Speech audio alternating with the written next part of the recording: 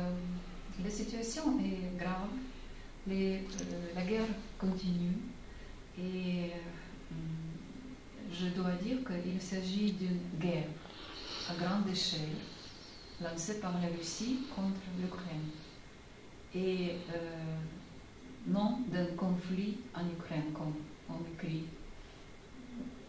assez souvent. C'est-à-dire que c'est une guerre qui continue et les troupes russes continuent d'attaquer simultanément l'Ukraine de quelques côtés. Depuis du territoire de la Russie, le territoire de la Biélorussie, des parties temporairement occupées depuis 2014. C'est des régions de Donetsk et Lugansk et aussi de Crimée. Les principales directions de l'invasion sont les plus grandes villes ukrainiennes, comme la capitale Kyiv, et je dois dire que c'est le mot correct pour notre capitale. La position du Maroc est claire et nous ne la commentons pas. Il est dit aussi que nous remercions tous les pays partenaires pour leur soutien, parce que leur soutien est très considérable et est très important pour nous, qui a été déjà donné en Ukraine. C'est l'aide financière, c'est l'aide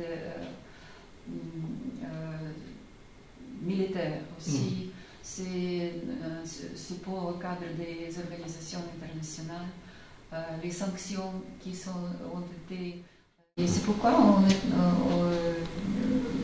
on a fait tout possible pour éviter cette agression. On a fait tellement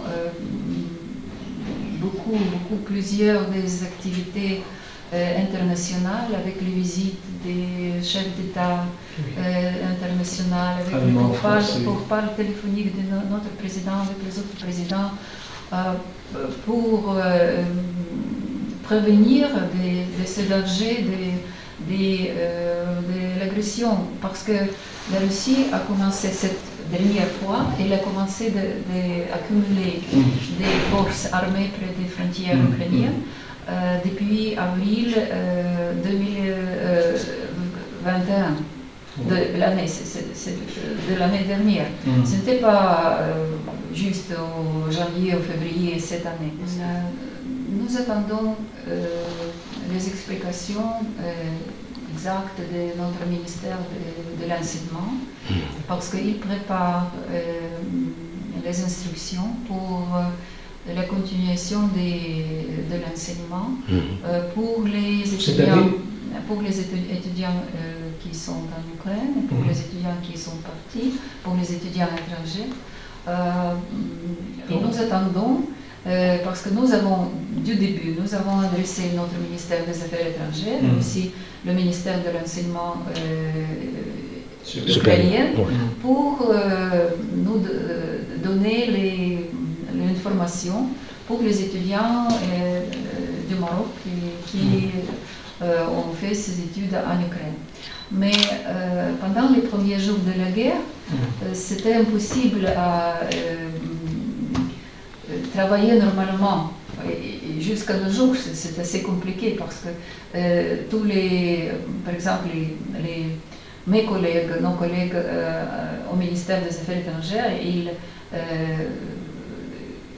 quelques fois par jour, ils devaient descendre de la guerre.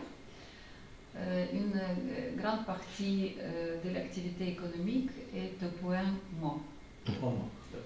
De nombreuses usines industrielles situées dans l'est de l'Ukraine ont suspendu leurs travaux.